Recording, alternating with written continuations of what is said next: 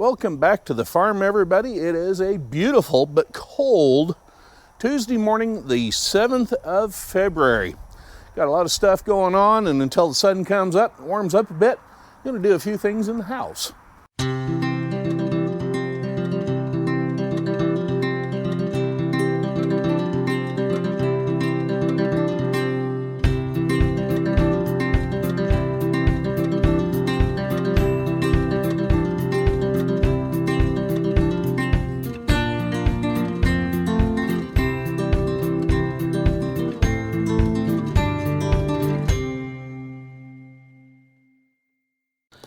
You all may recall in one of my last videos, I made a comment about what I do when it's cold out.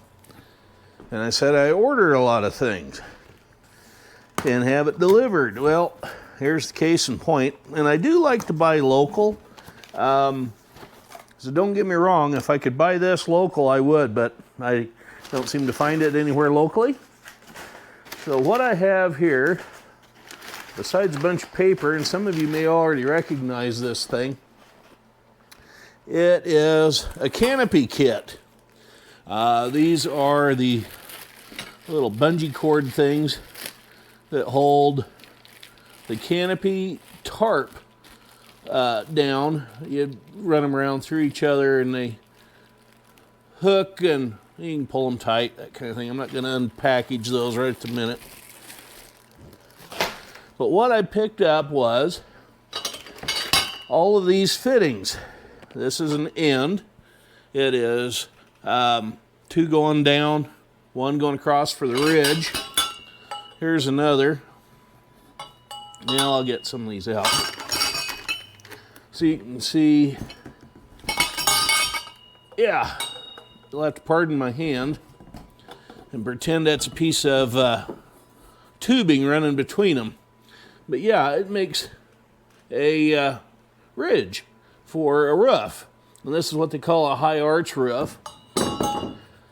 So anyway, what I bought was a kit that should make an 18 by 20 cover for out at the farm show.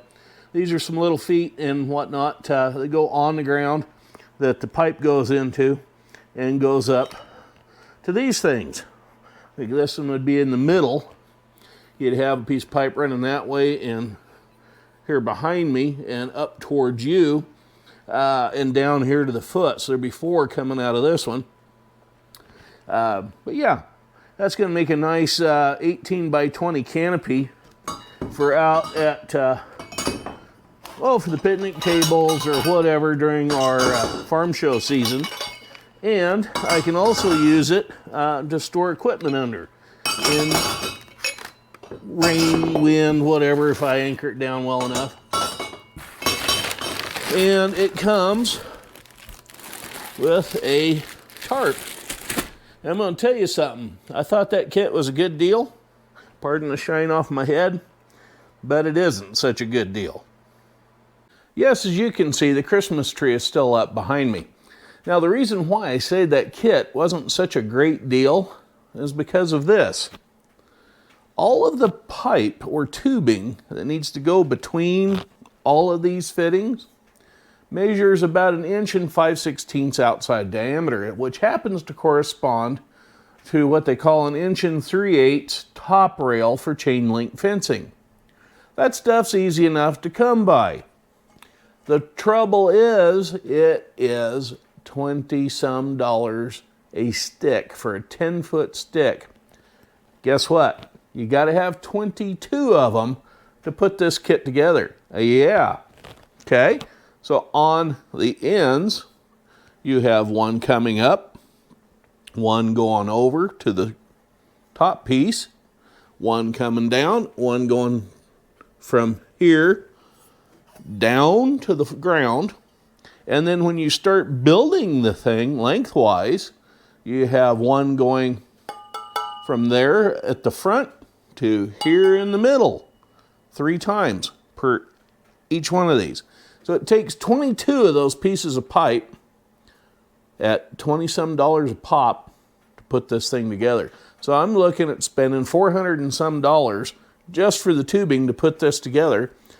So this $140-some deal for all of these powder-coated fittings wasn't such a good deal after all. If you haven't been watching this channel for very long, you don't know that I enjoy a good meal. So what I'm making today is a pot roast. I have a bed of corn here in the bottom of the slow cooker. I have a fairly hefty chunk of pork roast to go, or beef roast to go in here. We're going to cover this with some chopped onions, potatoes, and carrots. After I place the meat in the slow cooker, I like to add some water. And I save the can and reuse it because waste not, want not, and that'll make a nice cover for an exhaust stack on an old tractor. Next, I add the onions. Now you may say, Dave, why are you putting onions on top of the meat? Well, I got the corn underneath it as a bed because nobody likes to say corn again after you've eaten it. And if I put the onions on top, then the flavor will help go down into the meat. Or at least I think it does. Next up, I will add about 2 pounds of Idaho russet potatoes. And I do leave the skins on them. I don't know if you can see that.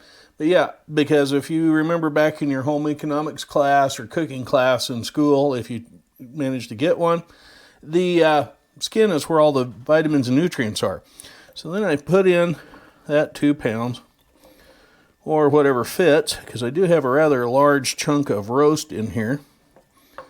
But yeah, that's about 2 pounds of Idaho russets. I know there's Maine growers that grow potatoes. I'm sorry.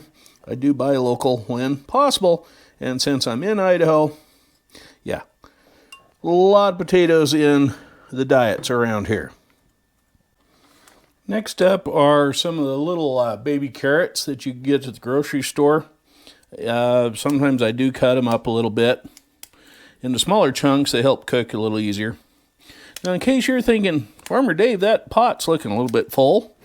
It is, but it will cook down. And one of the very last things I will add to this pot before, about an hour before I sit down to eat any of it, I will add some green peas to it.